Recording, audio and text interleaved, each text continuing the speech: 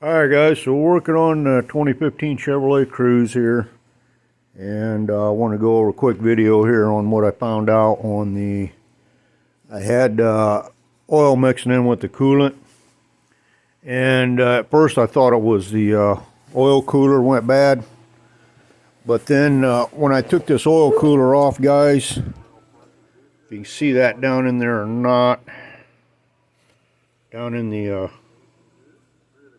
coolant hole right there, a little piece of rubber in there, and so I did a little more investigating on that problem, where that little piece of rubber, how that little piece of rubber could have got inside the oil cooler, guys.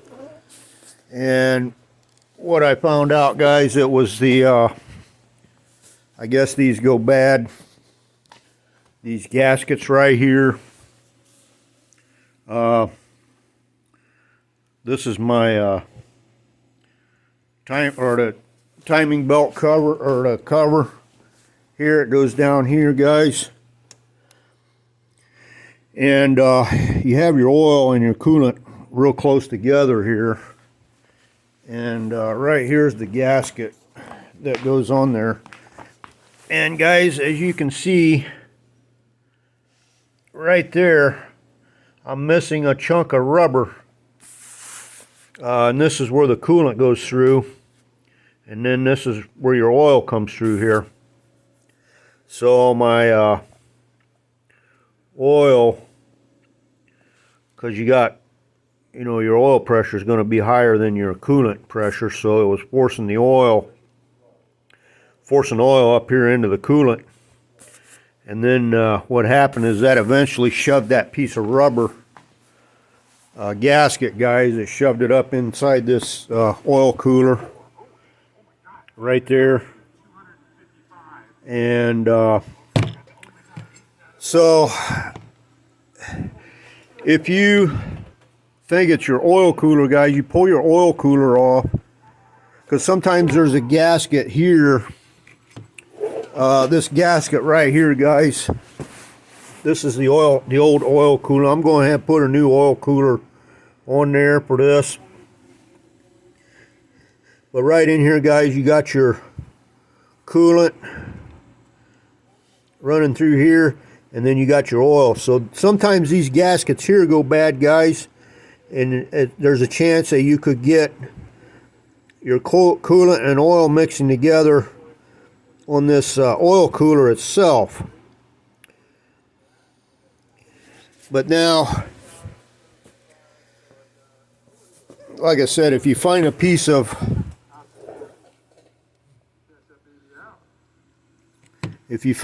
rubber inside here, guys, it's more than likely, and if your gasket that fit right here is still intact, if that gasket, this gasket right here, guys, it fits around this here, if this is all still intact when you take this oil cooler off, and you find a piece of rubber gasket inside this cooler hole, this is where the antifreeze runs through right here, and then your oil runs down through here. And if you see a piece of rubber gasket inside there, but your gasket over there on your oil cooler was good when you tore the oil cooler apart, it's going to be this gasket right here, guys, that goes over your timing, your oil pump timing cover there. It's got your water pump on there, and this is where they break at also, guys. I seen another guy had a video out there, and when he tore his apart, when he tore this gasket apart, he had that same issue right there, guys. His gasket tore right in this area right here, and then he was also getting coolant mixed in with his oil, or the oil mixed in with the coolant. So I wanted to give you a heads up on that, guys, on these Chevrolet Cruzes. They seem to have quite a few issues with them. The 1.8 liter, which that's what this one is, doesn't have as many issues as the turbo, the 1.4 liter turbo motor that they put in these. They have quite a bit more issues with those, but there is some issues with these the 1.8 liter. So I thought I'd throw that video out there for somebody that possibly thinks it's their oil cooler that's going bad. If you're getting antifreeze mixed in with your oil, or your oil mixed in with your antifreeze, because I was getting I was noticing on my oil cap, see right here guys, on this oil cap, I went ahead and took this valve cover off because the gasket's really bad on that as well. So I'm going to go ahead and change that out. See if I don't know why that's not coming off there.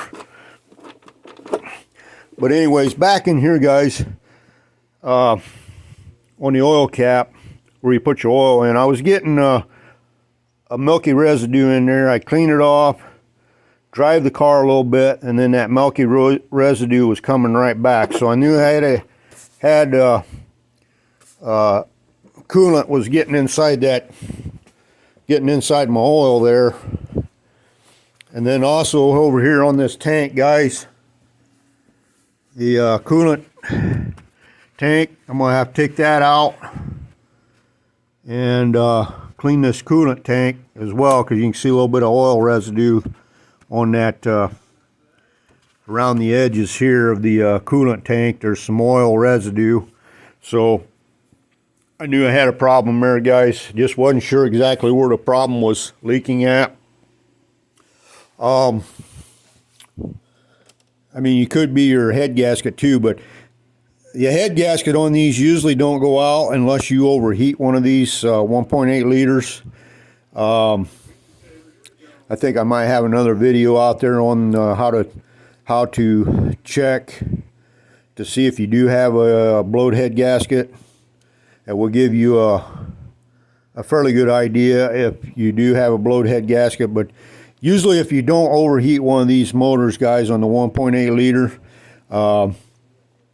it's usually not going to be your head gasket. It's either going to be your oil cooler gasket, or your worst case scenario will be this gasket here, because this gasket here guys, it's really hard to change. I mean, you got to do a lot of stuff. You got to tear that, you got to take your oil pan off of there. You got to drop your exhaust down. And what I did on mine guys, I just dropped my exhaust down right there where that cross member is, under there. And then I put a little jack there to help support that exhaust system. This way you got the exhaust system out of the way. It makes it a lot easier getting your oil pan down off there, guys. You just got 4 bolts there. I think it was a 15 millimeter on each side and a 13 millimeter on each side to drop that. You can drop that exhaust down enough to get your oil pan off there, instead of taking the whole exhaust off there. That other video I was checking out, the guy took the exhaust off, and more than likely guys, where that resonator pipe connects to your muffler there guys, that's going to be all rusted up and you might break those. So I thought this would be a better way of doing this, would be just to drop that down, just to take this cross member down right here where your exhaust, where your rubber pieces for your exhaust are at, and just drop that down and put you a little jack under there to help support that. Make sure you unhook your O2 sensor here, the wire going up there, because you don't want to mess your wiring up when you do that too, guys.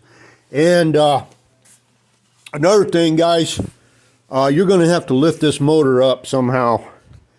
And I thought I was going to have to maybe get me a an engine hoist, cherry picker, whatever you want to call it.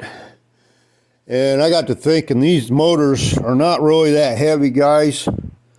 So what I did, if you got a garage or something, you can just take a strap. What I did is I just took me a strap there, guys, and went around my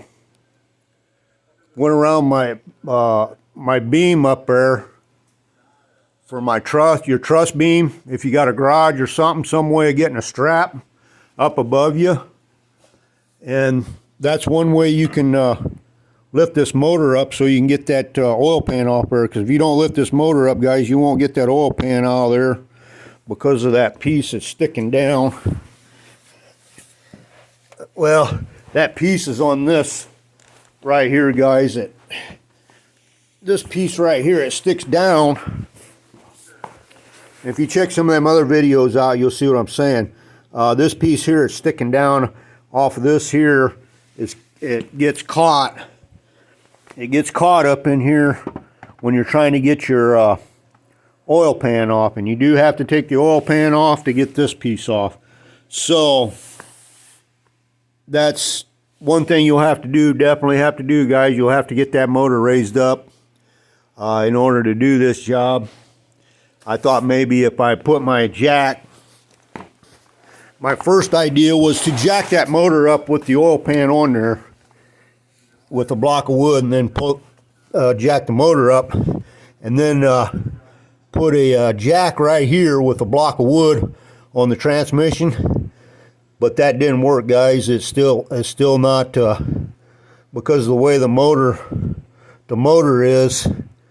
Even with this jacked up a little bit, it wasn't enough to get the oil pan off. So I had to figure out a way of getting this motor lifted up, and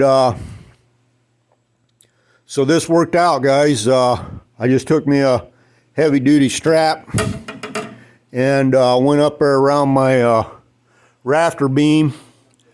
I mean, there's not, like I said, these motors don't weigh a lot. You just need to lift this motor up a little bit in order to get that oil pan off there, guys.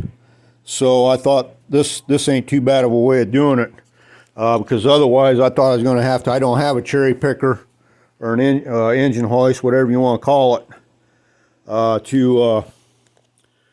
don't want to spend the $300-400 just to do this one job, because I very seldom would use one of those engine hoists, because I don't mess with pulling engines and stuff like that out of cars. But I thought this would be a decent way of doing that, and it seems to be working out all right. I was able to get that off of there, and I'll be able to put it back on with this strap up here on my rafter beam.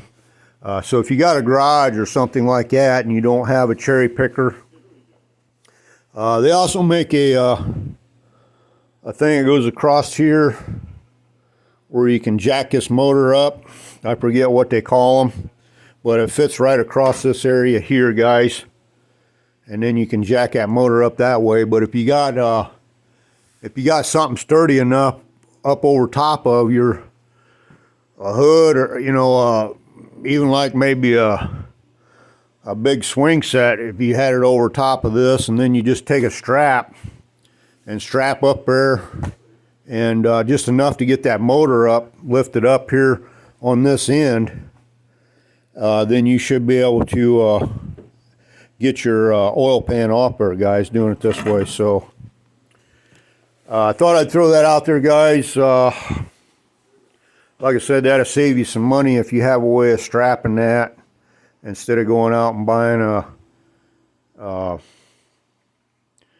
a cherry picker or engine hoist, whatever you want to call it.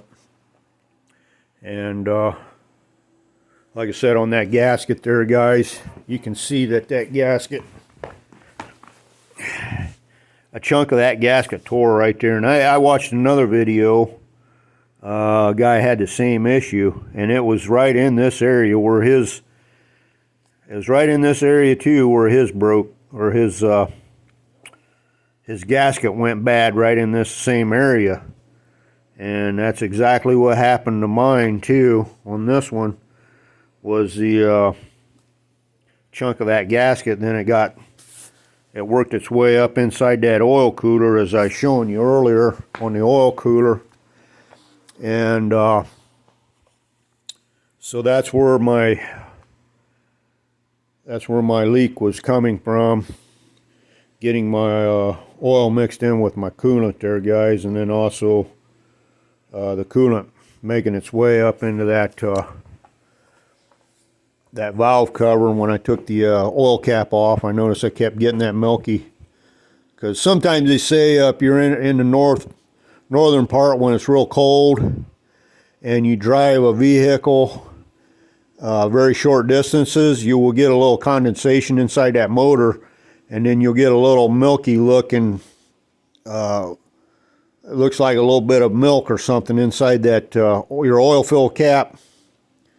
And that's if you're just driving, you know. But then I kept, like I said, I kept cleaning that out, and I drive it for like 50-60 miles, so I knew it was getting hot enough to where it should be burning the condensation off, but then it kept coming back. So then that's when I know I had an issue with something else on this vehicle. And after I did all this work on it, investigating, it ended up being that that time, I guess they call that the timing cover gasket. It's what they call that gasket there. So so anyways, guys, if you run into that problem and you can't quite figure out where that thing's leaking at, probably my first thing would be, and if you haven't got the motor, if the motor hadn't got hot on you, first thing I would do is check your oil cooler, pull that oil cooler off. And it could be that, I mean, I guess they do have a problem with them gaskets on them oil coolers too. So, I mean, that's the first one you're gonna, this one here, I obviously broke it off when I was tearing it apart. But when I took this apart, guys, the gasket was completely on there. So I knew it wasn't this gasket here that went bad. And like I said, after I did some more research on that, then I found out that, you know, it's got that, the timing belt cover gasket that sits behind that.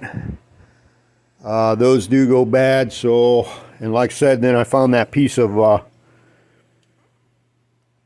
rubber there from the gasket was inside this oil cooler.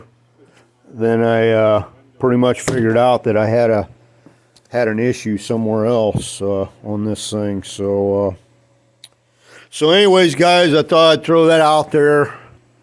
May help somebody out there, especially on this this hoist deal here. Instead of going out and getting your hoist, if you have a rafter or something in a garage or something like that, that's pretty strong. I mean, it not, like I said, there's not a lot of weight there. It's, you just need to pull that up a little bit so you can get that, you got to lift the front of that motor up in order to get that oil pan off there. So, but that's one way you could do it, guys, like that right there. If you got a garage or something, some way of taking that and raising it up that way versus buying a cherry picker or something like that, unless you can find somebody in your area that will loan you a cherry picker, or if you don't have a cherry picker or an engine hoist, maybe you can rent one. Sometimes I've seen got on Marketplace, and some of the bigger cities, there's people that rent those, they'll rent those engine hoists or cherry pickers, whatever you want to call it. They'll rent them out for like 25, 30 bucks, you know, a day or something. So you may be able to do it that way if you're going to tear one of these apart and try to fix it yourself. Because, guys, I'll tell you right now, this is going to be, if you took this into a Chevrolet dealer to get this done. I would really hate to see what they would charge to do this, because there's quite a few hours. It's going to take quite a few hours to get this done, because you got a lot of stuff there you're going to have to tear apart. As you can see, I got the whole exhaust system off of it. And it's just, there's a lot of stuff you got to tear apart to get one of these, to get that job done. And the Chevrolet dealers, your mechanics, your mechanic shops, I mean, they're all, the prices on their hourly rates right now are really expensive. So if you can do it yourself, and if you got the time to do it, you're going to save yourself a whole bunch of money, because the gasket, that gasket's not really that much. I forget what the price on that gasket was, but it wasn't that much. I have to look it up. Maybe 30, 40 bucks for that gasket or something like that. And then you have to buy your sealant for a tube of sealant, maybe $10, $15 for a tube of sealant for put your oil filter or your oil pan back on there.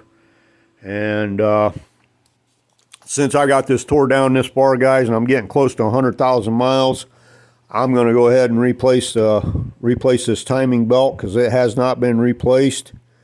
So I mean, that's a perfect time to replace your timing belt if you got this thing tore down that far. And I think I got can't remember what I gave for that timing belt. That timing belt and the kit, it comes with the kit here. You got your timing belt and your pulleys, your idler pulley, and it even come with these seals here for the crankshaft seal that goes in that. So you get that whole kit. I think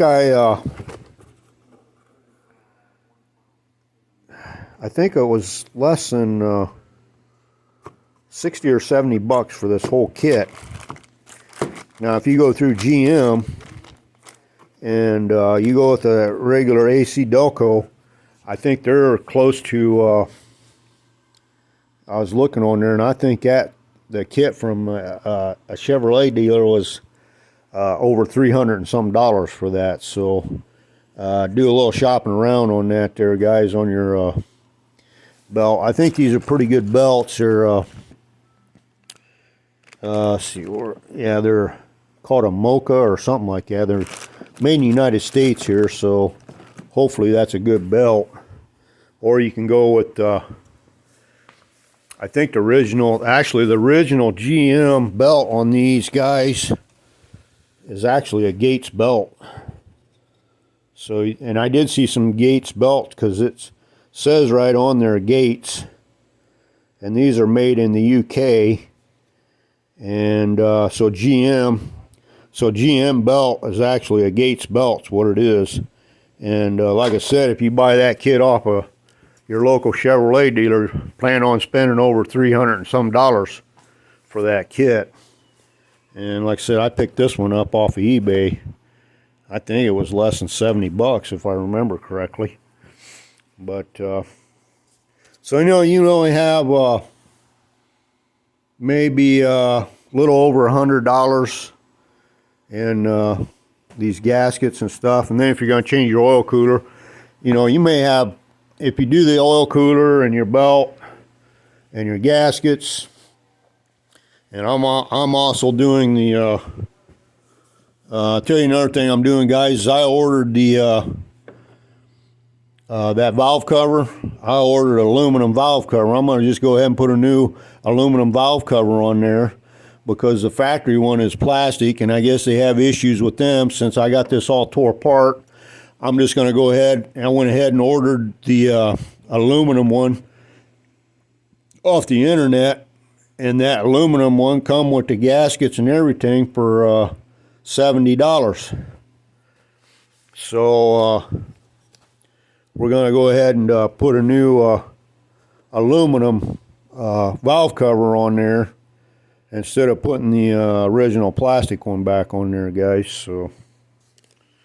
So anyways, guys, I thought I'd throw that out there. It might help some people out there on what you're going to get into on one of these. There is another video out there on YouTube where a guy does he goes through everything on how to do this job. I can't remember what his channel was, but if you just go on YouTube and do a search for changing out the timing gasket, or yeah, I think it was a timing gasket cover, you'll probably come across that guy that does an extensive detail on what all needs to be done to get this job done. And he ended up having to use he ended up with the same problem with having to get that motor lifted up. And he ended up, I guess he had a one of those engine hoists, so he was able to do it that way. But I didn't have an engine hoist, and I come up with this idea here, strapping that to the rafter and just using a strap, or a heavy duty strap, and just that way I could get this motor lifted up to get it up there to where I could get that oil pan off there. So anyways, guys, that'll wrap this one up. I hope that helps somebody out there. Maybe it's going to try to do this job on their own, save themselves a bunch of money. Just plan on taking a lot of time to do it. Take you probably a good weekend to do it. Depending on what all you're going to do, but plan on taking a lot of time to do it there, guys. So that'll wrap it up on this one, guys, and we'll, if I run into another problem on this, putting this back together, I'll probably throw another video out there. Otherwise, if everything goes smoothly and I don't have any more issues with the oil and the coolant mixing together, I won't make no more videos on this particular job here, guys. So that'll wrap it up, guys, and we will catch you on the next video.